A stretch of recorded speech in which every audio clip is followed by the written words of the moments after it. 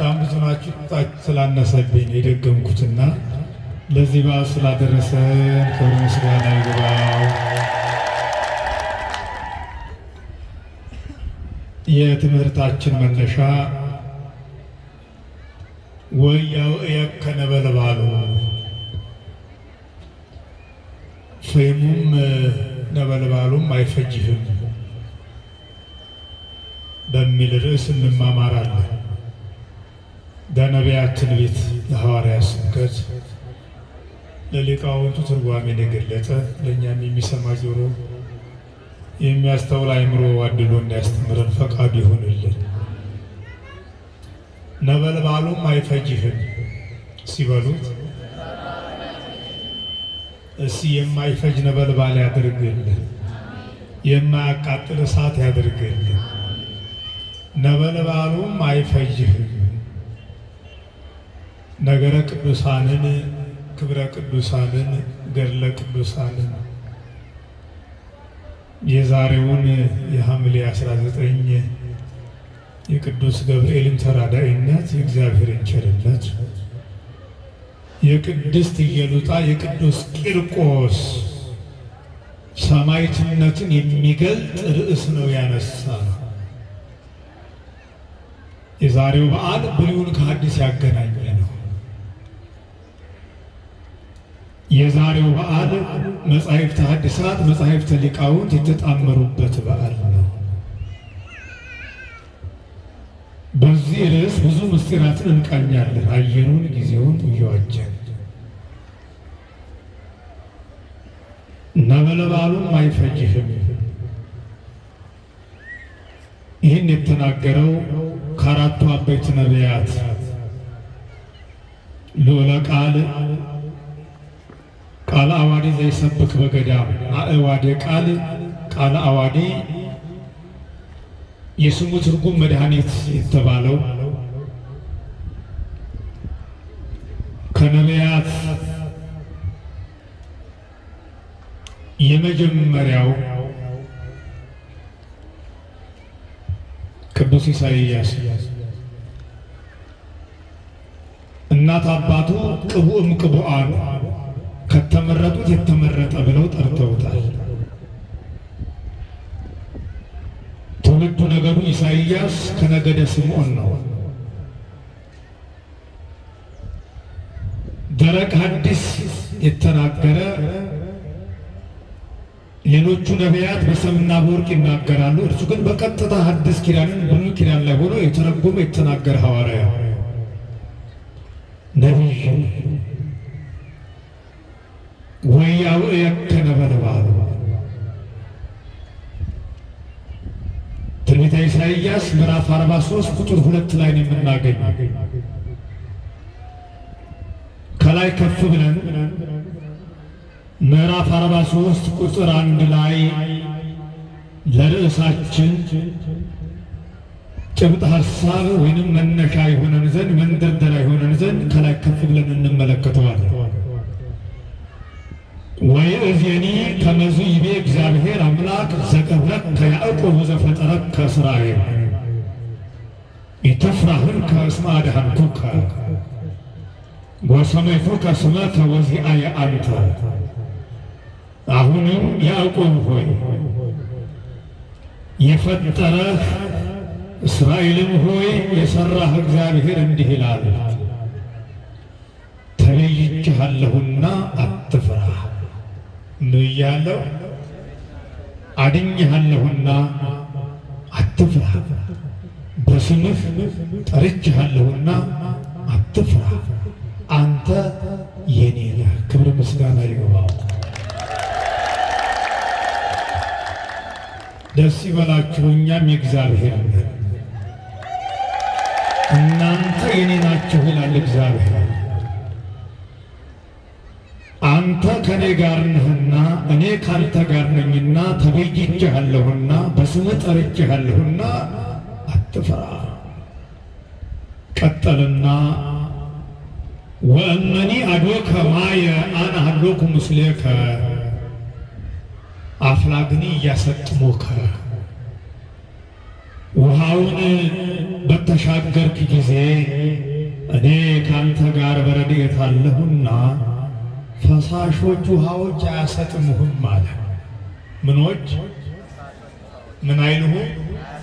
እኔ ካንተ ጋር አለሁና። እግዚአብሔር ከኛ ጋር ከሆነ የሚያሰጥመው አያሰጥመንም። እግዚአብሔር ከኛ ጋር ከሆነ የሚፋጀው አይፈጀንም። እግዚአብሔር ከኛ ጋር ከሆነ የሚገለው አይገለንም። እመኒ አዶከ አፍላገ ማየ አፍላግኒ እያሰጥሙከ። በጣም የሚገርም ነው። እንዴት የሚያሰጥም ወንዝ አያሰጥምም? አሁን ከሐምሌ ገብርኤል ከዛሬ ጀምሮ ወንዞች ይሞላሉ። ተመልከቱ፣ ወቅቱን የሚዳስስ ነው። ውሃውን ይሞላል። ፈለገ እግዚአብሔር ምኑ ማያት ወንዙ ውሃውን የሚሞላበት ወቅት ነው። ከሐምሌ ቂርቆስ ከሐምሌ ገብርኤል ጀምሮ መብረቅ ነጎድጓድ። አሁን መብረቅ ከዛሬ ማታ ጀምሮ ጠብቁት። መብረቅ ይባረቃል፣ ነጎድጓዱ ይነጉዳል። ወቅቱ ስለሆነ አብህርት ቀላያት ይሞላሉ። ወንዞች ውሃን የተሞሉ ይሆናሉ። አሁን መሻገር አይቻልም፣ ከባድ። የተፈጥሮ ወንዝ ወቅቱን ጠብቆ ይሞላል። ግን የጭንቀት የመከራ ወንዝ አለ። እሱን ያሻግራል። አያሰጥምህም ነው እኮ ማዕበል ጎርፎ አይወስድህም። እኔ ካንተ ጋር ስለሆንኩ የሚያሰጥመው ውሃ አያሰጥምህም ማለት ነው። እስራኤላውያን ልክ ነው፣ አልሰጠሙ። 70 ዘመን በፋርስ በባቢሎን ኖረው ሰጠቀሎሙ 7 አፍላጋተ ከመኪድወን ባሳር ከመአመ ወፁም ገበዝ 7 ወንዞች ተከፍለውላቸው ነው ወደ ኢየሩሳሌም የተመለሱ። ስንት ወንዞች? በእግራቸው እየተረገጡ ማዕበሉን ጎርፉን እየተረገጡ በኪደተ እግር። ለምን? ለአባታቸው ለያዕቆብ የሰጠው ቃል ኪዳን የማይሻር ነው። ውሃው አያሰጥምህም ብሎታል። ይሄው የያዕቆብ የልጅ ልጆች ሳይሰጥሙ ኢየሩሳሌም ገቡ። ሰጥቶ የማይረሳ ምሎ የማይከዳ እግዚአብሔር 7ቱን አፍላጋት 7ቱን ወንዞች ተሻግረው ኢየሩሳሌም ገቡ። የመከራውን ወንዝ መድኃኔዓለም ያሻግራል። ሌላው ሁለተኛው እመኒ አዶከ እሳተ ነበልባልኒ እያወእየከ ነው። እሳቱን በተሻገርክ ጊዜ እሳቱን ያሻግራል። ምኑን በተሻገርክ ጊዜ? እሳቱን ባለፍክ ጊዜ፣ እሳቱን በተሻገርክ ጊዜ እኔ ካንተ ጋር ነኝና እያወእየከ ነበልባሉ። ነበልባሉ አይፈጅህም ማለት ምኑ አይፈጅህም? አይገርም? እንዴት ሰው በእሳት ውስጥ እያለፈ ነበልባሉ አይፈጀው? እንዴት እሳቱን የሚያቃጥል እሳት የሚያነድ እሳት በእግሩ እየተረገጠ በእጁ እየዳሰሰ ሲሄድ እንዴት ልብሱ አልተቃጠለም? እንዴት ስጋው አካሉ አልተቃጠለም? ለካ እግዚአብሔር ከኛ ጋር ከሆነ እሳቱን ማለፍ ይቻላል። እሳቱን መሻገር ይቻላል። ነበልባሉም አይፈጅህም። ርዕሳችን ነበልባሉ ምን አይልህም? አነ ሀሎኩ ምስሌከ አምላክከ ቅዱስ እስራኤል ዘአድኃንኩከ ያዳንኩህ ጽንዐ እስራኤል ክብረ እስራኤል አምላከ እስራኤል። እኔ ፈጣሪ እግዚአብሔር ካንተ ጋር በረድኤት አለሁና አይዞ፣ የሚያሰጥመው አያሰጥምህም፣ የሚያቃጥለው አያቃጥልህም አለው። እሳት የተባለው የባቢሎን ኑሮ ነው። ይሄ ተፈጥሮ የክብሪቱ እሳት የከሰል እሳት እንዳይመስላቸው። ሰላምን የማጣት እሳት፣ የጦርነት እሳት፣ ፍቅርን የማጣት እሳት፣ እርስ በርስ የመባላት የመተላለቅ ደም የመፋሰስ እሳት የባቢሎንን ኑሮ ነው እሳት ያለው። የስደቱን ስመ እግዚአብሔር የማይጠራበት ዘመን፣ ሰው ለሰው የተጨካከነበት ዘመን፣ የሰው ደም እንደ ጎርፍ የሚፈስበት፣ የሰው ነፍስ እንደ ቅጠል የሚረግፍበት የባቢሎን ኑሮ ነው ወገኖቼ። እሳቱ በየቦታው የተፈጥሮ እሳት እፍ ቢሉት ይጠፋል። በቅጠል በውሃ ያጠፉታል። የማይጠፋ እሳት በየቤቱ አለ፣ በየመስሪያ ቤቱ፣ በየደጁ፣ በየፈርጁ እግዚአብሔር ያጥፋል። የመከራ እሳት፣ ያለ መግባባት ያለ መቻቻል እሳት፣ የቂም የበቀል እሳት፣ የተንኮል የሐሜት የሽንገላ እሳት፣ የዘረኝነት የጎጠኝነት እሳት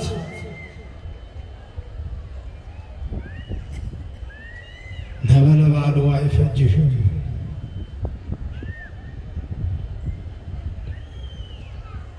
ኢሳይያስ ነበልባሉ አይፈጅህም ያለው ራሱን ነው። ወደ ራሱ መልሶ ነበልባሉ የእግዚአብሔር ነቢይ ኢሳይያስ ሆይ አይፈጅህም አልፈጀኝም ማለት። በአንድ ወቅት ላይ ኢሳይያስና ነበልባል ተገናኝተው ነበር። ኢሳይያስና እሳት ተገናኝተው ነበር። እጅ ለእጅ ተያይዘው ነበር። ታሪኩን ልንገራቸው። ትንቢተ ኢሳይያስ ምዕራፍ 6 ከቁጥር 1 ጀምሮ ነበልባሉ አልፈጀኝም ማለቱ ነው። ኢሳይያስ ወንዝ በዓመተ ሞት ወንዝ ያንቡ ስሪክብ ወደ እግዚአብሔር ዘይነብ ዲበ መንበሩ ነዋ ወሙሉ ቤተሰብሃቱ ወሱራፌል ይቀውሙ አውዶ። ንጉሡ ዖዝያን፣ ሊቀ ካህኑ አዛርያስ፣ ነቢዩ ኢሳይያስ ዳዊት የሾማቸው 288 የቤተ መቅደሱ ጠባቂዎች አገልጋዮች። ንጉሡ ዖዝያን በድፍረት በአባቴ በኩል ከቤተ መንግሥት ብወለድ በእናቴ በኩል ከቤተ ክህነት እወለዳለሁ አለና ከዕለታት አንድ ቀን ማዕጠንተ ወርቁን ይዞ ወደ ቤተ መቅደስ ገብቶ አጥናለኋል። ምኑ ካህኑ አይደለም ያልኳችሁ፣ ማን ነው? ወታደሩ ንጉሡ። ምን አገባው? ሳይመረጥ ሳይሾም ስልጣነ ክህነትን ገንዘብ ሳይደረግ ምን ታመጣላችሁ ብሎ በድፍረት ገባ። በድፍረት ወደዚህ ቅዱስ ቤተ መቅደስ ገብቶ ከማገልገል እግዚአብሔር ይሰውረን። ምክንያቱም መቀሰፍ ነው። ማገልገልም ማገልገልም አይቻልም፣ መቀደስም ማስቀደስም አይቻልም። እግዚአብሔር ካልመረጠው ካልጠራው እንዴት ይሆናል? በሰራዊቱ ታጅቦ ገባ። ኧረ ተዋሉት፣ ዞር በል ቤተ መንግሥቱም ቤተ ክህነቱም ቤኔ ነው አለ። በድፍረት ገባ።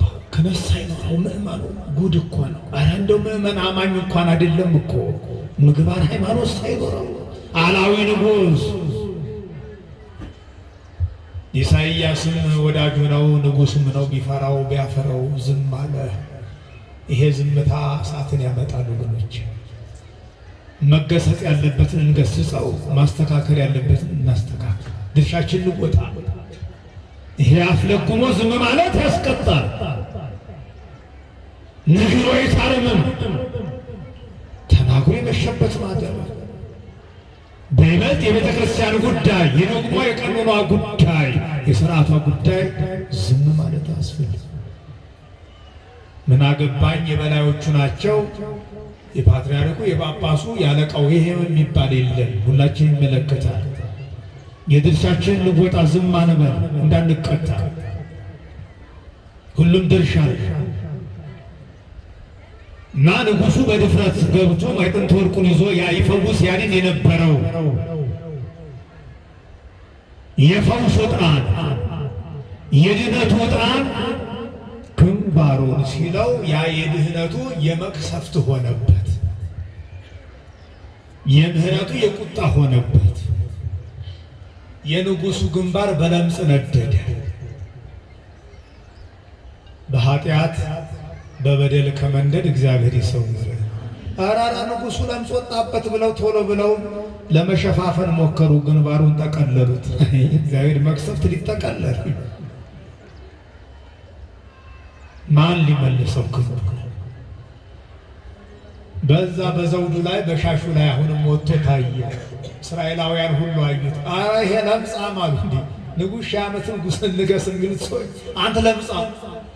በኦሪቱ በዛ ዘመን ለምጽ ያለበት ሰው በቃ ወረርሽኝ በሽታ የያዘዋል አይደል? አሁን አስፈሪ በሽታ እንደሱ አይነካም። ከሰው ጋርም አይውልም አያድርም። ቤተ ሕሙማን አለ፣ ወደዛ ነው የሚጎረጎረው። አንተ ለምጻም አውጣ ብለው በክብር የገባው እየተገፈተረ ወጣ። ተመልከቱ፣ ከእግዚአብሔር ጋር መጣላት። በክብር መጥቶ በውርደት እንዳንሄድ መጠንቀቅ ያስፈልጋል። እግዚአብሔር ሲጣላ ሁሉ ይጣላል። እግዚአብሔር ሲያከብር ሁሉ ያከብራል። እግዚአብሔር ሲንቅ ሲያቃልል ማንም አያከብርም። በለምጽ ነዶ ወጣ። ያልታደለው ብዙ ምዕመናን ተፈውሰው ድነው የሚሄዱበት ቤተ መቅደስ የፈውስ ሆነ፣ የመቅሰፍት የቁጣ ሆነበት።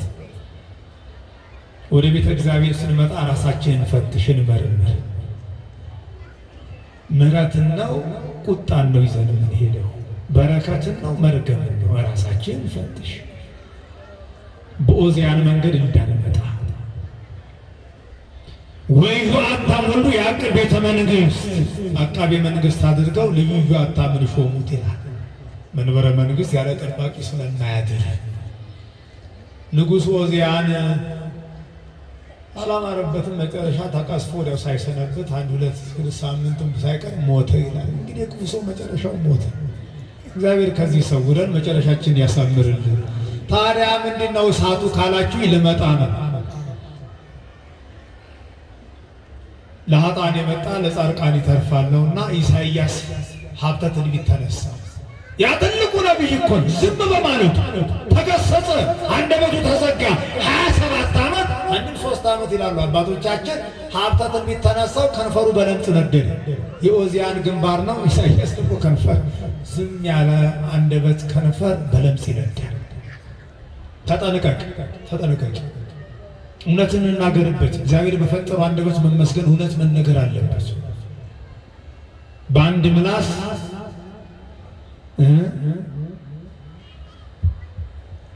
በሁለት ምላስ መኖር ያስቀጣል። እመኒ ወመኒ አልባ። እውነት ከሆነ እውነት፣ ሐሰት ከሆነ ሐሰት። ከንፈሩ በለምጽ ሀብተ ትንቢት ተነሳው ኢሳይያስ። ያ ጸጋ ሞገስ የነበረው ነቢይ ከዕለታት አንድ ቀን እግዚአብሔር በልዑል ዙፋኑ ላይ ሆኖ ታየው ይላል ለኢሳይያስ። ኢሳይያስ አንተ ያፈርከው የፈራኸው ንጉሥ ተቀሰፈ፣ ሞተ። እኔ ግን ይሄው በዘባነ ኪሩብ ስሰለስ ስቀደስ እኖራለሁ። ለባሕርየ ሞት ለመንግሥቴ ሽረት የለው። አንተ ያፈርከው የፈራኸው ንጉሥ አለፈ፣ እኔ ግን አለሁ። ተመልከቱ፣ የፈራናቸው የተንቀጠቀጥንላቸው እሱማ እንዲህ ያደርገኛል ብለን የፈራናቸው አለፉ። እግዚአብሔር አለ፣ ቤተክርስቲያኒቱ አለች፣ እኔ ግን አለሁ አለ። አዎ ልክ ነው አምላኬ ሆይ ይቅር በለኝ አለ። የትልቅ ሰው ሙያው ይሄ ነው አይደል? የይቅርታ ልብ ይዞ መመለስ እኮ ነው። ታላቁ ነቢይ ኢሳይያስ ተመልከቱ። መቼም ፈተናው ከባድ። ዳዊትን ያህል ሰው ተፈትኗል፣ ኢሳይያስን ያህል ጴጥሮስን ያህል ተፈትኗል፣ ግን ተመልሰዋል። ጴጥሮስ በመመለሱ የመጀመሪያ ፓትርያርክ ሆነ። ዳዊት በመመለሱ ልበ አምላክ ተባለ። ዲያብሎስ ባለመመለሱ፣ ይሁዳ ባለመመለሱ ምን አይነት ቅጣት እንደገጠማቸው እናውቀው። ወደ ሕዝቤ ማንን ልላክ አለ እግዚአብሔር። ኢሳይያስ ምን አለ? አይ እኔን ትልከኝ ነበረ፣ ግን ከንፈሬ በለምጽ ነዷል አለ። ማመልከቻ አቀረበ። አያችሁ፣ ያው አድነኝና ልሂድ ማለቱ አይደለ? የመጀመሪያ የነሳኸኝን ሀብተ ትንቢት ስጠኝ ማለቱ እኮ። ወዲያውኑ ሱራፌልን አየ ይላል። ማንን አየ? ኪሩቤል ነገደ ገብርኤል ወሱራፌል ነገደ ሚካኤል ሞቱ። ኪሩቤልን ገብርኤል ይመራቸዋል። 24ቱ ካህናተ ሰማይ ሱራፌልን ደግሞ ቅዱስ ሚካኤል ይመራቸዋል። እስኪ እኛንም በምህረቱ ይምራል እግዚአብሔር፣ በመልአኩ ይምራል። እና 6 ክንፍ አላቸው። በሁለት ክንፋቸው ፊታቸውን፣ በሁለት ክንፋቸው እግራቸውን፣ በሁለት ክንፋቸው ቀኝ ግራ ዘርግተው መስቀል እያቆሙ ያመሰግኑታል። በፊት መቆም አይቻለንም፣ ባሕርይን መመርመር አይቻለንም። ከጽራርያም በላይ ቁመት ከበርባሮስ በታች መሰረት ከአድማስ እስከ አድማስ ስፋት እሱ ኢሳይያስ ሱራፌልን አያቸው። ደስ ይበላችሁ። ዛሬ ሱራፌልን እነ ገብርኤልን የምናይበት ቀን፣ መላእክት ሲወጡ ሲወርዱ የምናይበት ቀን። አመስግኑ መላእክት። እና ታያቸው ከሱራፌል መካከል አንዱ ሱራፊ እየበረረ መጣ። ወዴት? ወደ ኢሳይያስ። ሲመላኩ እየበረረ ይምጣል። እየበረረ መጣ መላኩ ሱራፊ ነው። በእጁ ምን ይዟል? በጉጠት ፍም ሞልቶ መጣ። ይኸው ነበልባሉን ይዞት መጣ። ወያው የከነበልባሉ እዚህ ላይ አይደል? ምን ይዞ መጣ? ነበልባል፣ እሳት፣ ፍም ይዞ መጣ። ከየት? ከሰማይ። እግዚአብሔር ባወቀ እንግዲህ እሳቱን አምጥቶታል። እሳቱን ይዞ መጣ። መላኩስ እሳት አይደለም? ዛሬ እኮ እሳቱ ገብርኤል እሳቱን ያጠፋበት ከማመስግኑት መላኩን እሳቱን ያጠፋበት እየበረረ መጣና ወአልከፎ ከናፍሪሁ በዛ በጉጠት በያዘው ፍም የኢሳይያስን ከንፈር አስነካው፣ ዳሰሰው። 27 ዓመት ሙሉ ተጋግሮ የነበረ ኢሳይያስ ላይ የነበረው ከላይም ከታችም እንዳለ እንደ ግድግዳ ሆኖ የነበረው ለምጽ በዛ በፍም ቅርፍ ቅርፍ እያለ ወደቀለት። እስቲ ኃጢአትን፣ በደልን፣ መከራን ቅርፍ ቅርፍ እያለ ይጣልልን፣ ችግራችንን ይቅረፍልን። ቅርፍ ቅርፍ እያለ ወደቀለት። ስለዚህ ይሄ ፍም ይሄ እሳት ኢሳይያስን አቃጠለው አላቃጠለው? ምኑን የነካው እንዴ? እሳት እንዴት ፊትን ከንፈርን ነክቶ እንዴ ትንሽ እንኳን በረድ ያለ ውሃ እንኳን በእጃችን ስንነካ እንዴት ነው የሚያቃጥለው? ለዚያው ከሰማይ የመጣ ወያው የከነበልባሉ ያለው ኢሳይያስ ለዚህ እግዚአብሔር መሐሪ ነው፣ እግዚአብሔር ይቅር ባይ ስለሆነ ይቅር አለኝ። ነበልባሉን የሚያቃጥል ሳይሆን የፈውስና የምሕረት ነበልባል አደረገልኝ አለ ኢሳይያስ። የሚገርም ነው። ይህ ምስጢረ ቁርባን ኢሳይያስ የምእመናን ምሳሌ። እየሰማችሁ ነው ምእመናን? ኢሳይያስ የእናንተ ምሳሌ ነው። ሱራፊ ደግሞ የዲያቆኑ የካህኑ ምሳሌ ወይንም የዲያቆኑ ምሳሌ። ሱራፊ ፍሙን የያዘው በእጁ አይደለም በጉጠት ነው። ያ ጉጠት ዲያቆኑ ገባሬ ስናዩ ዲያቆን ቀድሶ ደሙን በእጁ መንካት ስለማይችል በዕርፈ መስቀል የሚያቀብለን ደመ አምላክ ደመ መለኮት። ስለዚህ ፍም የተባለው እሳተ መለኮት የተባለው የመድኃኔዓለም ቅዱስ ደም ነው። በኢሳይያስ ላይ የነበረው ለምጽ የፍዳ የመርገም ምሳሌ። ቅዱስ ሥጋውና ክቡር ደሙን ስንቀበል ፍዳ ኃጢአትና መርገም ከኛ ቅርፍ ቅርፍ እያለ የሚወድቅልን መሆኑን የሚያስተምር ምስጢረ ቁርባን ነው። ነበልባሉ አይፈጅህም የተባለው ደመ አምላክ ደመ መለኮት ነው። አባ ሕርያቆስ እንዲህ ብሎ የተረጎመዋል። እየሰማችሁ ነው? አባ ሕርያቆስ እንዲህ አለ፣ በአማን እሳት ውእቱ ዘኢይክሩ ለኪፎቶ እሳታውያን ለነደ እሳት ኪሩቤል ወሱራፌል። ወይንም መረይት አሙ ነው የሚለው ተፈጥሯቸው እንደ እሳት እንደ ነፋስ የሚሆኑ ሱራፌል ኪሩቤል ሊነኩት ሊዳስሱት የማይቻለው እውነተኛ እሳት ነው። እውነተኛ ነበልባል፣ እውነተኛ ፍም ነው። አባ ሕርያቆስ ቀጠለ፣ እሳት በላይል አማጽያን ለለይ ክህዱ ስሞ ወእሳት ማህያዊ ለርቱ ዓለም ለለይ ገብሩ ፈቃዱ። አንድነቱን ሶስትነቱን ሳያውቁ ኃጢአታቸውን ሳይናዘዙ የበደሉትን ሳይከሱ የቀሙትን ሳይመልሱ የተጣሉትን ይቅር ለእግዚአብሔር ሳይሉ ንስሐ ሳይገቡ ቢቀበሉት ቢያቀብሉት የሚያቃጥል እሳት ነው አለ። ቅድም የሚያድን እሳት ነበር። አሁን ግን ለክፎች ለአመፀኞች የሚያቃጥል እሳት የሚፋጅ እሳት ነው። ቀጠለና አባ ሕርያቆስ ቅልቦና ትውሰብና ላላቸው አንድነቱን ሶስትነቱን አውቀው ኃጢአታቸውን ተናዘው በምክረ ካህን በፈቃደ ካህን ኖረው ምግባርን ከሃይማኖት አስተባብረው ደመ አምላክ ደመ መለኮት ቅዱስ ሥጋና ክቡር ደም ሆኖ አውቀው በቅተው ነቅተው 18 ሰዓት ጾመው ቀራንዮን ቅንዋተ ደዌሁ አስረ ርግዘቱ ጸዊረ መስቀሉ ሰተይ ሐሞቱን ሞቶን ለእግዚአብሔርን አስበው በንጽህና በቅድስና ቢቀበሉት የሚያድን እሳት ነው አለ። ምን የሚል እሳት? አዎ ነበልባሉ ምን አይልህም አይፈጅህም ማለት ይሄ አይደለም። የሚያድን እሳት፣ የሚፈውስ እሳት፣ የሚቀድስ እሳት። ይሄ ነው እሳት ማህየዊ ለርቱዓነ ልብ። ኢሳይያስን ያላቃጠለው ፍም ይሄ ነው። ስለዚህ የምንቀበለው ሥጋ አምላክ ደም አምላክ ቅዱስ ሥጋ ክቡር ደም መፈራረጃ እንዳይሆን እሳት ሆኖ እንዳያቃጥለን እንዳይፈይድ በንጽህና በቅድስና ሆነ ማቀበል መቀበል መቁረብ ማቆረብ ይገባል ለማለት ነው። ሌላው ይህ ነበልባል የተባለው ኦሪት ዘጸአት ምዕራፍ 3 ቁጥር 2 ላይ ያለው ውዳሴ ማርያም ዘሰሉስ የማክሰኞ ውዳሴ ማርያም ላይ ነበልባሉን እናገኘዋለን። እየሰማችሁኝ ነው?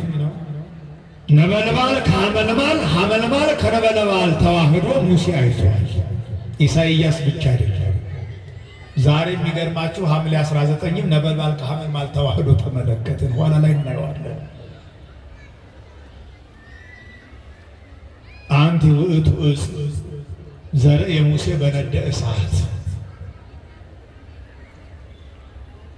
ሙሴ በደብረ ሲና ያያት ሐመልማል ከነበልባል ነበልባል ከሐመልማል ተዋህዶ ነበልባሉ ሐመልማሉን ሳያቃጥለው ሐመልማሉ ነበልባሉን ሳያጠፋው። እነዚህ ሁለት ተቃራኒ ሆኑ። አንዱ ጠፊ አንዱ አጥፊ። ሳይቃጠል በቅጠል አልነበረ። አሁን እዚህ ጋር ግን ተቻችለው ያቺ እጸጳጦስ በነደ እሳት ተከባ ነደ እሳት ሰፍሮባት ጫፎቿ ሳይቃጠሉ ሙሴ ያያት ዕፀ ደብረ ሲና እመቤታችን ናት። ክብር ምስጋና ይሁንላት። ሙሴ ያማቱ የኢትዮጵያዊውን ካህን የሚዲያማዊ ኢትዮጵያ አይደለች ሚዲያም የቀደመው ስሟ በጎቹን ለማሰማራት ወጥቶ ወደ ደብረ ሲና ቀና ብሎ ሲመለከት አንድ ተአምር አየ። እችም አንዳንድ ጊዜ ተራራ ላይ የሆነ ተአምር ይታያል። አይቶት ሰምቶት ተመልክቶት የማያውቅ እሳትና ቅጠል ተዋህደው ተያይዘው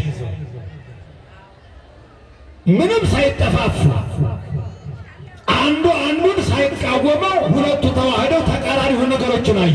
በፈቃደ ጠይቆ በጎቹን ወደ ስፍራቸው መልሶ ይህን ምስጢር መረዳት አለብኝ ብሎ ወደ ተራራ ወጣ። ሙሴ እየገሰገሰ የእኛ ነገር እኮ ወደ ኋላ ነው የምንመለስ። ቆይ ነገ ቆይ ተነጎዳ ወደ አሁኑ ያንን መረዳት ያስፈልጋል። መረዳት ማወቅ ነበልባሉ ምንድነው ሐመልማሉ ምንድነው ብሎ ወደ ደብረ ሲና ወጣ። ደብረ ሲና ላይ ሲደርስ በዓይኑ በብረቱ የተመለከተው ይሄን በሩቅ ያየው ቀርቦም ያየው ይሄን ነበልባል ከሐመልማል ተዋህዶ ምንድነው ይህ ምስጢር ብሎ ሲመራመር እግዚአብሔር ገለጠለት ነው። ቅዱስ ቄርሎስ እንደተረጎመው ይህ ነበልባል የተባለው መለኮት ነው። ሐመልማል የተባለው ትስብእት ነው። ብሉይ ከሐዲስ የተተረጎመበት ያለው ለዚህ ነው። መለኮትና ትስብእት ተዋህደዋል። ይሄ ማለት ሰው ሲሆን አምላክነቱን አልለወጠው፣ ሰው መሆኑን አምላክነቱ አላጠፋው። በተዋህዶ በተዓቅቦ የቃል ገንዘብ ለሥጋ የሥጋ ገንዘብ ለቃል እንዲያው ለሥጋ ፈነ ለቃል እንዲያው ለቃል ፈነ ለሥጋ። ቅዱስ ቄርሎስ በድርሳኑ ላይ ያነሳው ይህንን ነው። ነበልባል ከሐመልማል ተዋህዶ ሙሴ የተመለከተው ያቺ አማናዊት ደብረ ሲና ደብረ ሲና ነባቢት በትሕትና ደብር በትሕትና እመቤታችን ናት። ደብረ ፋራን ዕንባቆም ደብሯም እሷ ናት፣ ተራሯም እሷ ናት። ነበልባል ከሐመልማል የተዋሃደባት ዕፀ ጳጦስ ድንግል ማርያም ናት። ቅዱስ ቄርሎስ የተረጎመው ይሄንን ነው። እንደ ቅዱስ ቄርሎስ አተረጓጎም ነበልባል መለኮት ነው፣ ሐመልማል ትስብእት ነው። ሌላው ነበልባል ሐመልማል የተባለው እስራኤል ናቸው። ነበልባል የተባለው መከራቸው። ሐመልማሉ ነበልባሉን እንዳላጠፋው እስራኤልም ግብር ገብተው መከራውን ማራቅ አልቻሉም። ነበልባሉ ሐመልማሉን እንዳላቃጠለው እስራኤልን መከራው ፈጽሞ አላጠፋቸውም። እኔ ካንተ ጋር ነኝ፣ አያቃጥልህም፣ አይፈጅህም የሚለው ምስጢር ቅድም አይተናል። እግዚአብሔር ረድቷቸዋል። ስለዚህ ሐመልማል የተባለው በጎ መልካም ነገር፣ እሳቱን መሻገር፣ ማይበሉን መሻገር። ነበልባል የተባለው ደግሞ ምኑ ነው? መከራው፣ ስቃዩ በዚህ ዓለም የምንሰማው ሁሉ ነበልባል እሳት ተብሎ ይተረጎማል። ሌላው እንደ ቅዱስ ኤፍሬም ትርጓሜ ሐመልማል የእመቤታችን ነበልባል የጌታ ነው። ቅዱስ ኤፍሬም መስሏታል። ሐመልማል የተባለች እመቤታችን ናት። አመስግኗት። ሐመልማላዊተ ጸደብረ ሲና ሙሴ ዘርያ በደብረ ሲና አላለም። ሐመልማላዊት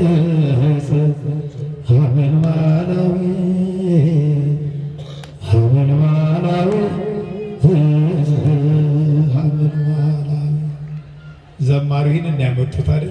መጽሐፍ እኮ ነው ዝማሬው።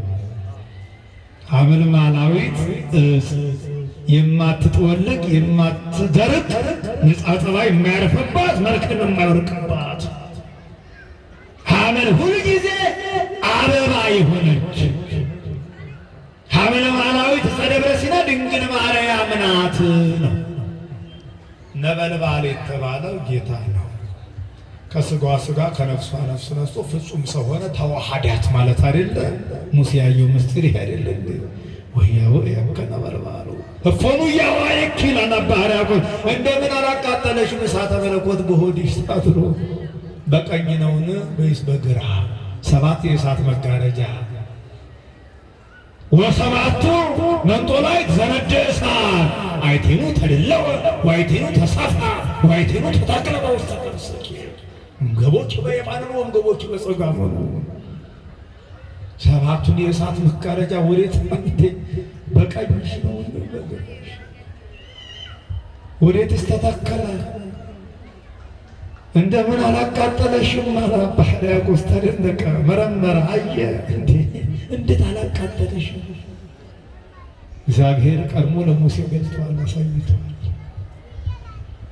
ያችን ሐመልማል እንዳላቃጠላት አሁን እመቤታችንን ማኅደረ መለኮት እሳተ መለኮት በሆዷ ስትሸከም እንደማያቃጥላት እግዚአብሔር አስቀድሞ ይህንን ምስጢር ገለጠ። የዛሬው ይሄ ሁሉ ምስጢር የሚነገርበት ሌላው የመጨረሻው ወያው የከነበልባሉ ቅዱስ ቂርቆስ ነው። ኢሳይያስ ነቢይ ነው። ወደፊትም ወደ ኋላም ያለውን ያያል። ቂርቆስ ሕፃን አንጌቤናዊ ወልደ አንጌቤናዊት የአንጌቤኑ ሕፃን አንጌቤናዊ የ3 ዓመት ሕፃን ቂርቆስ ሆይ ነበልባሉ አይፈጅህም አያቃጥልህም። ክብር ምስጋና ለእግዚአብሔር ነው። ቂርቆስ አልተቃጠለም። ነበልባሉ ፈጀው እንዴ? ኢየሉጣን ነበልባሉ ፈጃት እንዴ? አቃጠላት እንዴ? እኔ ካንተ ጋር ነኝና ነበልባሉ ምን አይልህም አይፈጅህም። ይሄው ይሄ ቃል ተፈጸመ።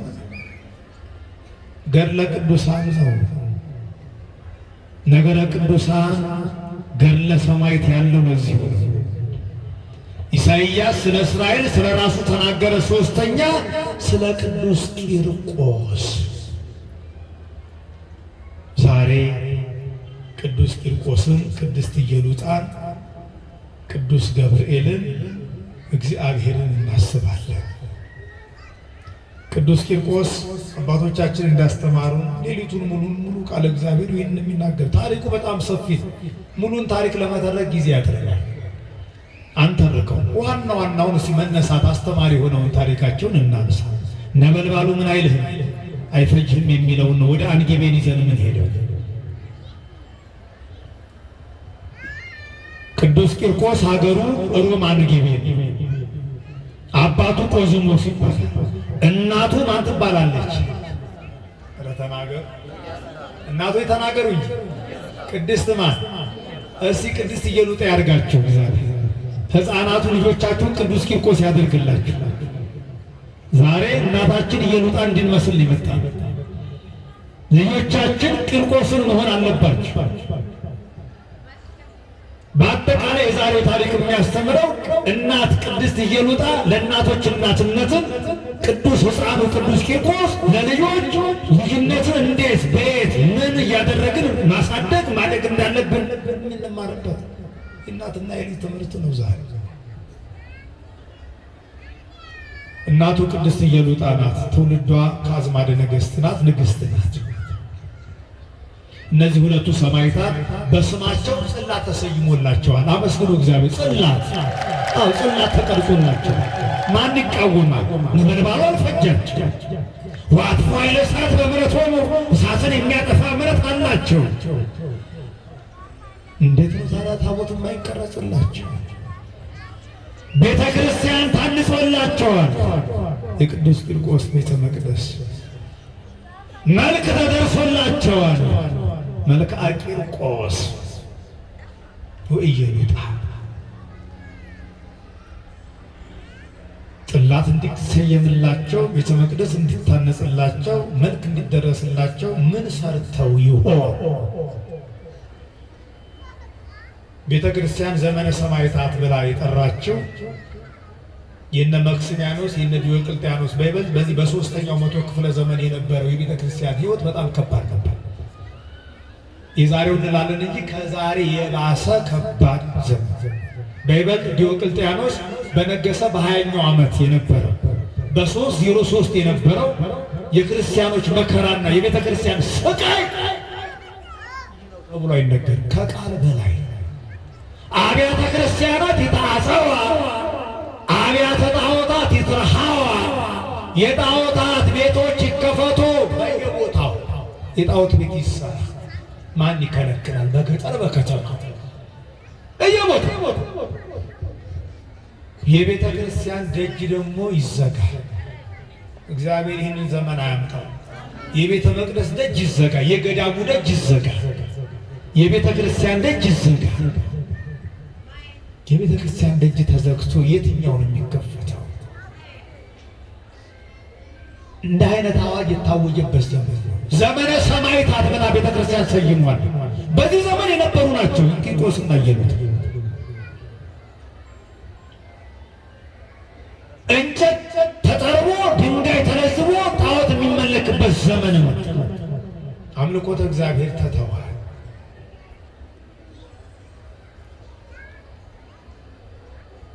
ብዙ ክርስቲያኖች ተሰደዱ፣ ብዙ ክርስቲያኖች ተሰየፉ፣ ብዙ ክርስቲያኖች ተቃጠሉ። አሁን ዛሬ ስንሰማ ስናይ እንደነቅ ይሆናል። ከዚህ የበለጠ መከራ ነበር። እየሉጣ ይህንን ሁሉ ስታይ የ3 ዓመት ልጇን ይዛ ዘመድ ጎረቤት ሳትሰናበት ሀብት ንብረቷን ቦታ ሳታሲዝ 2 ሰራተኞች ነበሯት። እነሱን ይዛ ኢቆንዮን ወደሚባለው አገር ተሰደደች። ምን ወደሚባለው? ኢቆንዮን ወደሚባል አገር ተሰደደች። በሄደችበት ሀገር ደግሞ የባሰ ወገኖች፣ የት ይሆን እረፍት ያለው? የት ይሆን ሰላም ያለው? ሁሉም ቦታ ጭንቀት፣ ስቃይ። የት ነው የሚኖረው ታዲያ? ከሀገር ወጥቶ የት ሀገር ይገኛል? እለእስክንድሮስ የተባለ ጨካኝ ንጉሥ፣ ክፉ ንጉሥ፣ እምነት ምግባር የሌለው ሰው፣ የስልጣን ጥማት ያለበት፣ ደም ቢፈስ ነፍስ እንደ ቅጠል ቢረግፍ የማይቀደም ቤተ ክርስቲያንን ማየት አልፈልግም፣ ማየትም ያሰረ ክርስቲያን ማየት አልፈልግም ብሎ ክርስቲያኖችን ለማሳደድ የተነሳ ሰራዊቶቹን ልኮ አሳዶ ኢየሉጣን ያዛት። ክርስቶስን ካጂ ጣዖትን አምልክ ያላት። እየሰማችሁ ነው። ስደት ላይ ሆና እኮ በዚህ ላይ የ3 ዓመት ሕፃን አንግባለች ይዛለች። ክርስቶስን ካጂ ለጣዖት ስገጂ ያላት።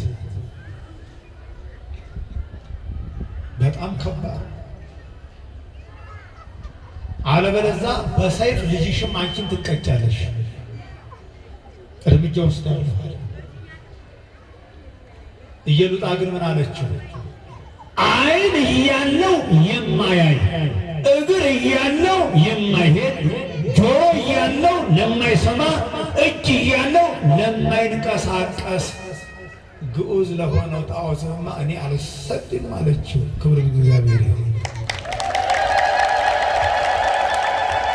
ይሄ ነው ቆራጥ እምነት። ጥቡ ልቡ ለሕፃን እንዘሃሉ ውስተ ምኩናን ማለት ይሄ አይደለም።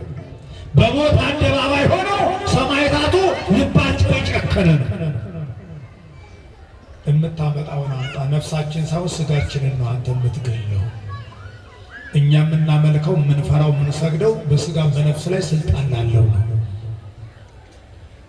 አልሰግድም አለችው። ምን አለችው?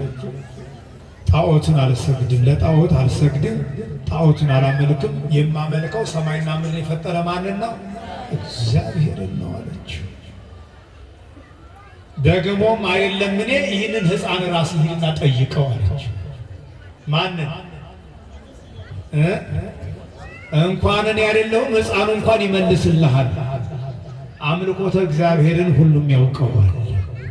አንተ ግን ልብ ተደፍኖ አላውቀው ብለሃል። ሕፃኑ የንገርህ ያስተምርህ። አንዳንድ ጊዜ የትልቅ ትንሽ ስንሆን እንደዚህ ነው። አያችሁ፣ በልጆቻችን እንመከራለን።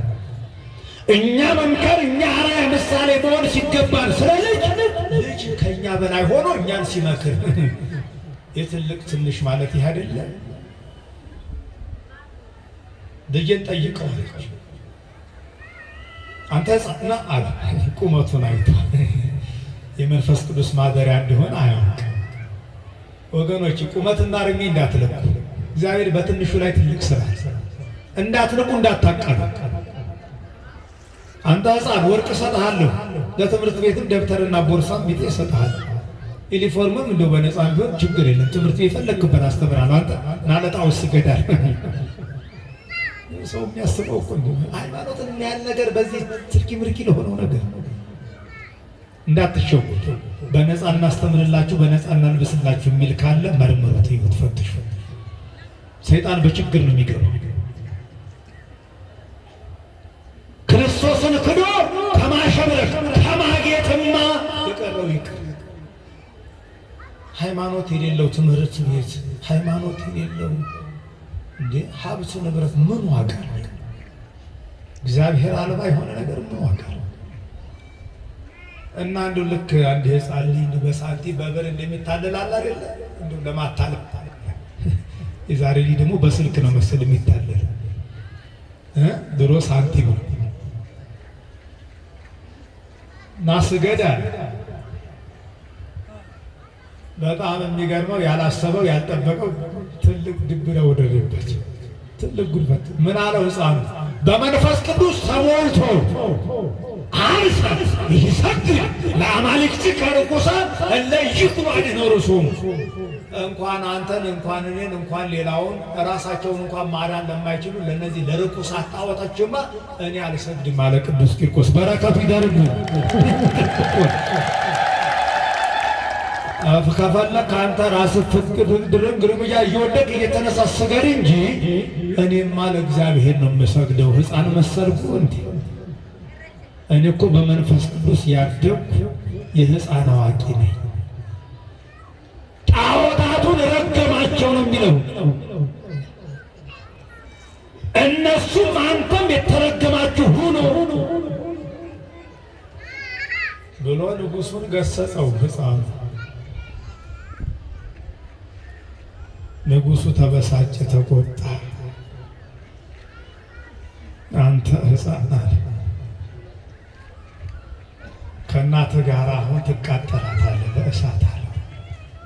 የሚያደርገው ይሄ ብቻ ነው። ሌላ ምን አለ? ያው መግደል አይደለም። ሌላ ምን አማራጭ አለ? በሉ አለና ትልቅ በርሜል ትልቅ ጋን አምጡ፣ የብረት ጋን ባሩድ፣ አሲድ፣ ቁልቋል የተለያየ እሳቱን የሚያያይዝ ቶሎ እንዳይጠፋ የሚያደርግ 7 እጅ የሚያናድደው ነገር አምጡዋል። እሳቱ ተሰበሰ። አንጀትን የሚበጥስ አንገትን የሚቆልል እንኳን ሊገቡበት እዛ አካባቢ እንኳን ያሉትን ስቦን የሚያቃጥል የእሳቱ ወላፈን ሕፃን ሆሙ ክልኤሆሙ ፈጸሙ ገድሎሙ ድምፀ ለጽርስ ከመ ነጎድጓደ ክረምት ይፈርሁ ለሞት ቅዱሳን ሰማዕት። ቅዱስ ያሬድም አመጣው። ወቅቱ የመብረቅ የነጎድጓድ ነው። ስለቱንም ሲያገናኙ ደግሞ ታላቁ ሊቅ ምን አለ?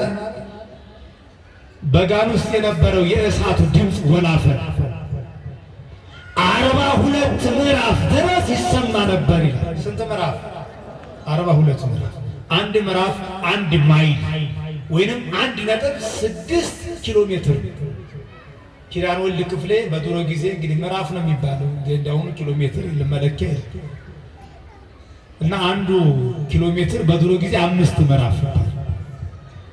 42 ምዕራፍ ማለት 1 ምዕራፍ 1 ማይል ወይንም 1.6 ኪሎ ሜትር በቅንፍ ማለት ወላፈኑ ይሄናል። እንደ መብረቅ እንደ ነጎድጓድ ይንተከተካል፣ ይጮሃል። መብረቅ ሲባረቅ ነጎድጓድ ሲነግድ አስቡታል። እንደነገደ ሩቅ ቦታ እኮ ነው የወደቀው፣ እኛ ጋር አይደለም። ግን በእናትና በልጅ መካከል የነበረውን የመከራውን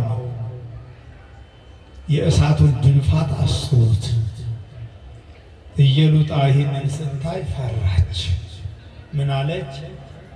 እናቶች ለልጆቻቸው ይሸነፋሉ፣ ይፈራሉ።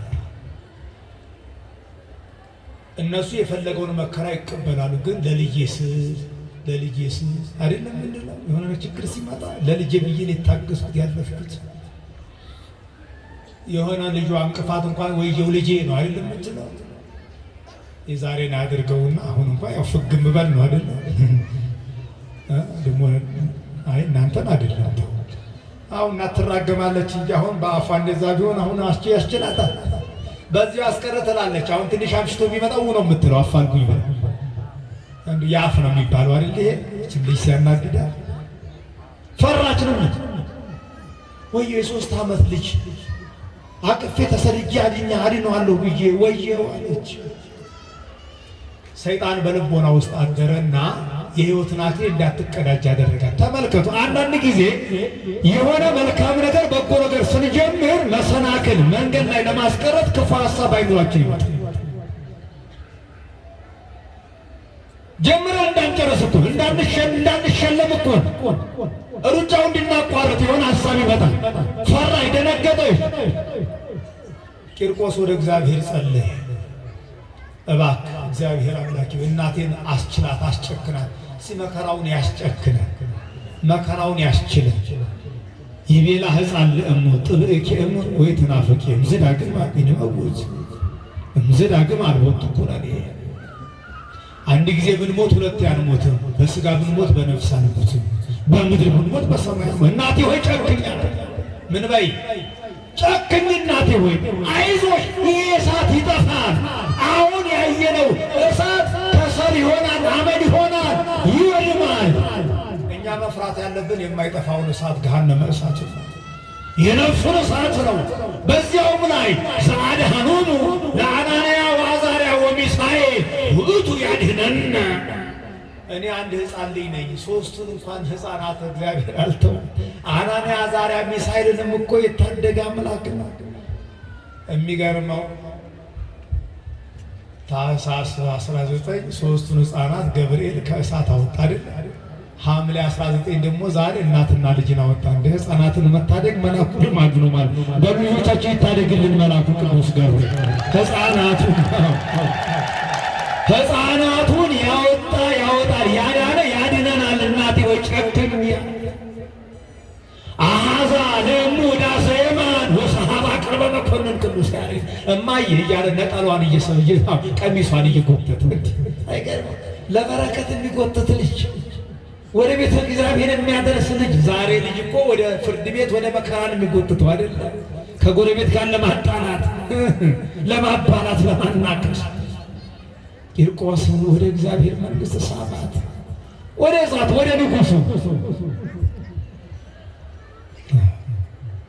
መራት። እናቱ የ3 ዓመት ሕፃን ነይ አላት፣ አትፍሪ አላት። ጠብቄ ወይ ተናፍቂ፣ አትጠራጠሪ እናቴ፣ እግዚአብሔር ያድነናል አላት። ኢየሉጣ እንዲህ አለችው፣ ልጅ በአንተ ጸሎት በእግዚአብሔር ቸርነት እሳቱ እንደ ሐመልማል ሆኖ አየሁት አለች። ክብር ምስጋና ለመድኃኔዓለም። እሳቱ እንደምን እንደ ሐመልማል እንደ ጠል ሆኖ አየሁት። ቅድም የሚያቃጥል የሚለበልብ ነበረ። ሰይጣን ክፉ አይደለ ያሳያል።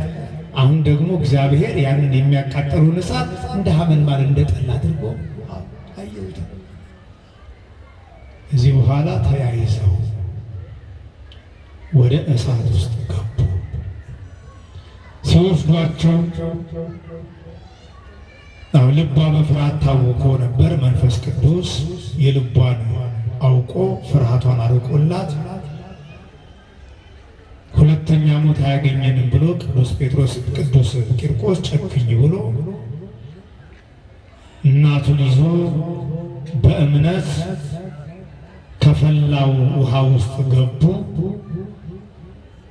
በዚህን ጊዜ ካላውያን ነገሥታት በቃልም በሕይወትም የመሰከሩለት ጌታ እግዚአብሔር 3 ደቂቅን እንዳዳነ ቅዱስ ገብርኤልን እናትና ልጅን አድን ብሎ ከሰማይ መልአኩን ላከላቸው። ለእኛ የሚላክልን ቅዱስ ገብርኤል አመስግኑ ሲምጣ። ቅዱስ ገብርኤል መጣና ያንን እሳት በበትረ መስቀሉ ሲባርከው እሳቱ ውሃ ሆነ ይላል። እሳቱን ውሃ ያድርግልን። የውሃውን የፈላውን ውሃ ቀዝቅዞ አዳናቸው። ከእሳቱም በወጡ ጊዜ ልብሳቸው ሳይለበለብ ሰውነታቸው ሳይሸበሸብ አይደለም አካላቸው ስጋቸው የለብሳቸው ዛላ እንኳን አንዲቷ ሳትጠቁር ከእሳቱ ቂርቆስና ኢየሉጣ ወጡ። ቅዱስ ገብርኤል አዳናቸው። እኛንም ያድነን። ይህንን ያዩ ይህንን የተመለከቱ ከአሕዛብ ወገኖች አረ የምኛ የምናምነው በቅዱስ ቂርቆስ በቅድስት ኢየሉጣ አምላክና ፈጣሪ ነው ብለው ሰማዕትነትን ተቀብለው አንገታቸውን ለስለት ሰጥተው በሰማዕትነት አረፉ ይላል። ይሄ በረከት ይሄ እምነት የቅዱስ ቂርቆስና የቅድስት ኢየሉጣ ነው። እየሰማችሁ ነው። በመጨረሻም እግዚአብሔር ቃል ኪዳን ሰጠው ለሕፃኑ። ይህንን ላንሳና ላብቃ ልጠቅልል። እግዚአብሔር ይመስገን በጥሩ ሁኔታ የእኛን ድካም ስለሚያውቅ ድክመቱንም ስለሚረዳ አየሩንም ነፋሱንም ጥሩ አድርጎ እየመራን ነው አይደለም? እስቲ አመስግኑት። ለዚህ አምላክ ምን ይከፈላል? ያ ምስጋና ብቻ አይደለ? ክብር ምስጋና ይገባው። ቅዱስ ያሬድ አሁን በሚባለው በዛሬው ቃለ እግዚአብሔር ላይ እንደ ወርቅ አንከብሎ እንደ ሸማ ጠቅልሎ ታሪኩን ሲያጠቃልል ምን አለ? ጥቡ ልቡን ሕፃን እንዘሃሎ ውስተ ምኩናን ይላል። የሕፃኑ ልብ ቆራጥ ነው አለ። እስኪ ቆራጥ ልብ እግዚአብሔር ይስጠን። በሃይማኖት በቤተ ክርስቲያን ቆራጥ ልብ ያስፈልጋል። ጀግና ልብ ያስፈልጋል። ልክ እንደ ሕፃኑ ልክ እንደ ቅድስት ኢየሉጣ በቃ ቆራጥ የሆነ ልብና አይምሮ ያስፈልጋል። ማመንታት ማመናታት ያስፈልጋል። ወንዘልም ያስፈልጋል። ቆራጥ የሆነ ልብ ሕፃኑ ነበረው። ይቤላ ሕፃን ለእሙ ጥብቅ የምንፈጽም ገድለነ ወስምዓነ። ይሄ ሕፃን በዛ በሞት አደባባይ እሳቱ በተቀጣጠለበት ነበልባሉ በሚፈጅበት ቦታ ላይ ሆኖ እናቱን እንዲህ አላት፣ እናቴ ሆይ ጨክኝ፣ ምስክርነታችንን ተጋድሏችንን ዛሬ መፈጸም አለብን አላት ይላል። ንፈጽም ገድለነ ወስምዓነ ከመ ንራይ ገጾ ለአምላክነ። የአምላካችንን ፊት የምሕረቱን ፊት ዛሬ የምናይበት ቀን ነው። የምሕረት እጁ የሚዘረጋበት ቀን፣ መልአኩን ዛሬ የሚልክበት ቀን ነው። ሰይጣን የሚዋረድበት ቀን ነው። እሳቱ የሚከስምበት የሚጠፋበት ቀን ነው። እናቴ ሆይ ጨክኝ አላት ይላል። ከዚህን በኋላ ሕፃኑ አምላኩን እንዲህ ብሎ ጠየቀው ይላል። እየሰማችሁ ነው?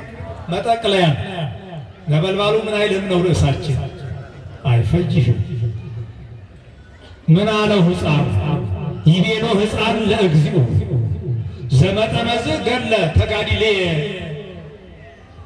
ምን ተኑት አሴት። አምላኬ ሆይ ይህን ሁሉ ገል፣ ይህንን ሁሉ መከራ፣ ይህንን ሁሉ ፈተና ተቀብዬ ለመሆኑ ምንድነው የምትከፍለኝ? ደሞዜና ዋጋዬ ምንድነው ብሎ ጠየቀው ይላል። እግዚአብሔር ዋጋን አያሳጣ። እግዚአብሔር ዋጋ ከፋይ። ለእያንዳንዷ ለምንቀበላት መከራና ፈተና እጥፍ ድርብ የሆነ እግዚአብሔር ዋጋ በይበልጥ በክርስትና ይሁን፣ በይበልጥ በተዋህዶ ሃይማኖት፣ በይበልጥ ስለ ቤተ ክርስቲያን፣ ስለ ሰማያዊት ኢየሩሳሌም መንግሥተ ሰማያት፣ ስለ አምልኮተ እግዚአብሔር፣ ስለ ክርስትና ሕይወታችን የምንቀበለው መከራ እንዲሁ በከንቱ የሚያልፍ እንዳይመስልን ዋጋ ምንድን ነው የምትሰጠኝ አለው ይላል ቅዱስ ያሬድ እንደተረጎመ። እግዚአብሔርም እንዲህ አለው፣ ይቤሎ እግዚኦ ለሕፃን አሴከ ዘሃሎ ውስተ ልብከ።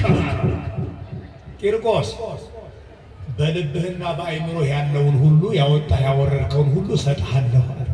እስቲ በልቡናችን በህሊናችን የተመኘነውን ያሰብነው መልካሙን ነገር ሁሉ እግዚአብሔር ይፈጽምልን፣ እግዚአብሔር ይስጠን። ብዙ ናቸው እንዲሰጠን እግዚአብሔር አመስግኑ። አው ስጠኝ በሉ። አሁን በልቡናችን መቼም የምናወጣው ብዙ ነው አይደል? መኪና፣ ኮንዶሚኒየም ቤት እንዳትል፣ ይሄ ምድራዊ ገንዘብ ኃላፊ አይደለ፣ እሱ አይደለም አይደል? እቺ በልቦናችን የሚወጣው የሚወደው ይሄ ነው። እንዳሁን ይሄን ታሪክ እየሰማን ይሄን ገድ እየሰማን እንደ ቂርቆስም በሆንኩ እየሉጣን በሆንኩ ነው አይደል? አሁን ምን ምኞቴ ይሄ ነው አይደል? እሳቱን እንዴት ነው የማጠፋው? እምነቴ እንዴት ነው የሚጠነክረው? ይሄ እኮ እና በልብ ያለውን ሁሉ እሰጥሃለሁ። ሕፃኑም አሁንም ቀጠለና እንዲህ አለ፣ ይቤሎ ሕፃን ለእግዚኦ ኢትቅብር ሥጋዬ ዲበ ምድር። አባቴ ሆይ ፈጣሪ ሆይ ሥጋዬን በምድር አትቅበረው። ሥጋዬን ምን አትበለው? የሚገርመው የቅዱስ ቂርቆስ ሥጋ በምድር አልተቀበረም። አመስግኑ እግዚአብሔር። አትቅበረው፣ አትቅበረው ሥጋዬን አይደለም ነፍሴን ለሥጋዬ እንኳን ዋጋና ክብር ስጥ እግዚአብሔር ሆይ። እግዚአብሔርም እንዲህ አለው፣ ይቤሎ እግዚኦ ለሕፃን አልቦ ዘየአብየከ በመንግሥተ ሰማያት ዘእንበለ ዮሐንስ መጥምቅ። ከሴቶች መካከል ከተወለዱት መጥምቁ ዮሐንስን የሚበልጥ የለም ተብሏል አይደል? ማቴዎስ 11 ላይ አሁን ምን አለ? ማንም ከማይበልጠው ከመጥምቁ ዮሐንስ በቀር አንተን ማንም ምን አይልህም። የሚበልጥ ማን ብቻ ነው? መለኮትን ያጠመቀ መጥምቀ መለኮት ቅዱስ ዮሐንስ ብቻ ነው አለ። በጣም የሚገርም ነው። ሁለተኛ ሕፃን ሆነ፣ ሁለተኛ ልጅ ሆነ ማለት ነው። አይገርምም? ሴቶች ከወለዷቸው የመጀመሪያው መጥምቁ ዮሐንስ ነው። ሁለተኛው ማን ሆነ ዛሬ ማለት ነው? አመስግኑት ቅዱስ ቂርቆስ። አያችሁ ዋጋው ደሞዙ ይሄ ከዮሐንስ በቀር በመንግሥተ ሰማይ የሚበልጥ የለም። ቀጥሎ አሁንም እንዲህ አለ፣ ወአዲ ከመ ኢይማስን ሥጋከ ዲበ ሰረገላ ኤልያስ እያነበረከ። ሥጋዬ ይቀር ብሎት አልነበረ? በእሳት ሰረገላ ወደ ብሔረ ሕያዋን ያረገው ያልሞተው አሁንም በሕይወት ያለው እንደ ነቢዩ ኤልያስ ሥጋ ወይንም በነቢዩ በኤልያስ ሰረገላ ሥጋህን አኖራለሁ። ሥጋህን ምን እላለሁ? የሚገርም ነው። የኤልያስን በረከት እሰጥሃለሁ። ሥጋ በመቃብር አይፈርስም፣ አይበሰብስም፣ የመቃብር ጥፋት አያገኘውም። በኤልያስ ሰረገላ ሥጋህን አኖራለሁ አለና መጨረሻ ላይ ምን አለው? ቂርቆስ ሆይ አለው ዘሐነጸ መርጡለከ ወገብረ ተስካረከ እየሀጉል በሃቤ ወበሃቤከ። ቂርቆስ ስምህን የጠራ መታሰቢያን ያደረገ ሐምሌ 19 ተሰብስቦ ታቦትህን አውጥቶ በስምህ በታነጸው ቤተ መቅደስ ተገኝቶ አምላከ ቂርቆስ ማረን ይቅር በለን ብለው ሲለምኑኝ እምርልሃለሁ ይቅር እልልሃለሁ። ቤተ ክርስቲያንህን የሰራ ቤተ መቅደስህን ያነጸ በስምህ ዝክር የዘከረ ቀዝቃዛ ውሃ ያጠጣ በእኔና በአንተ መካከል ዋጋው አይጠፋበትም። ዋጋውን ያገኛለን። ተመልከቱ፣ ዝክሩን የምንዘክረው ስሙን የምንጠራው በዚህ ቀን ተሰብስበን ያከበርነው ሁሉ ቂርቆስና በእግዚአብሔር ዘንድ ያለ ትልቅ ዋጋ በረከትን እናገኛለን። ሁላችንም ያደለን አምላከ ቅዱስ ቂርቆስ በዘመናችን በጊዜያችን ላይ ያለውን እየነደደ ያለውን በቤተ ክርስቲያን በእምነታችን ላይ ያለውን እሳት እግዚአብሔር ያስታክስልን። ምንም መከራው እጅግ ጽኑና ተስፋ አስቆራጭ ቢሆንም በእግዚአብሔር ቸርነት የማይቃለል ችግር፣ የማይወገድ ፈተና፣ የማይሸነፍ ኃይል እንደሌለ ዛሬ ተማረን። የማይጠፋ እሳት የለም። እየሰማችሁ ነው። የሰማዕታቱን መከራ እግዚአብሔር በድል ማጠናቀቅ ይችልበታል። ይሄው ዛሬ በድል አጠናቀቀው። ምስጋና ይግባው። የእናትና የልጅ የቂርቆስና የኢየሉጣ መከራ በድል ተጠናቀቀ። በሽልማት በአክሊል ተጠናቀቀ። መጨረሻችን እኛም እንደ አይነት መልኩ እግዚአብሔር ያስፈጽመን ያጠናቅልን። የጦርነቱን መከራውን፣ የስቃዩን፣ የመፈናቀል፣ የመሰደዱን በኦርቶዶክሳውያን በቤተ ክርስቲያን ላይ እየነደደ ያለውን እሳት እግዚአብሔር ያጥፋልን፣ ያቀዝቅዝልን። መልአኩን ልኮ ሁላችንም ይባርከን ይርዳን። እግዚአብሔር ምስጋና ይሁን። እኛንም በቅዱስ ቂርቆስ በቅዱስ ኢየሉጣ በቅዱስ ገብርኤል ረድኤት በረከት ሁላችንም ይማረን። በረከታቸው ትድረሰን ለዘለዓለሙ አሜን። ወያውእየከ ነበልባሉ ነበልባሉ ማያቃጥልህም። ወስብሐት ለእግዚአብሔር።